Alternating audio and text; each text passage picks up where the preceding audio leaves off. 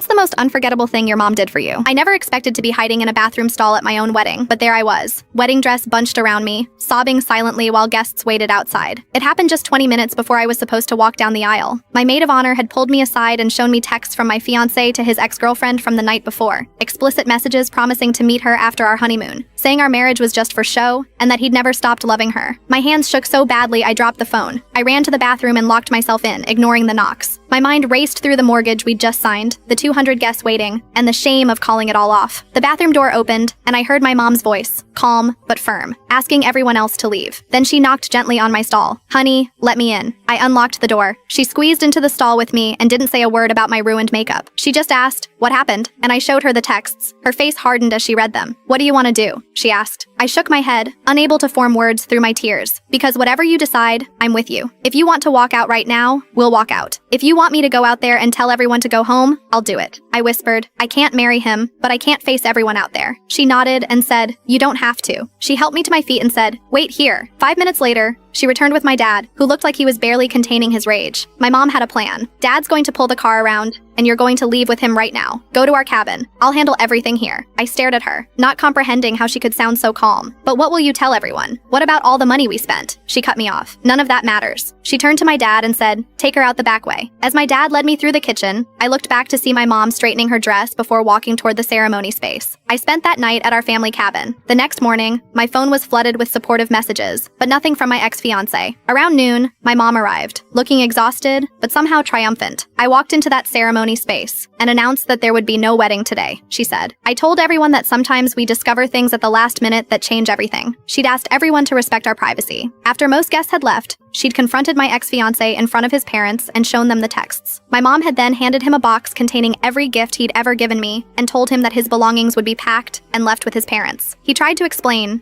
she said, claimed it was cold feet, a mistake, that he really loved you. She'd cut him off and said, "My daughter deserves someone who doesn't need to be caught to be faithful." Then she'd personally supervised packing up all the wedding gifts. What I didn't know until weeks later was that my mom had paid the photographer extra to document everything, not the wedding, but the aftermath. When I asked her why, she simply said, "Because someday you might doubt yourself. I wanted you to have proof that you were brave." 6 months later, she gave me what she called a dodged bullet album. It contained photos of her standing tall and one perfect shot of my ex-fiancé's face when he realized it was all over. The last page had a note. "Some of the best decisions look like disasters at the time." Now, 3 years later, I'm engaged again to someone who loves me completely. When people ask where I got the courage to start over, I tell them I got it from my mother. But how about you?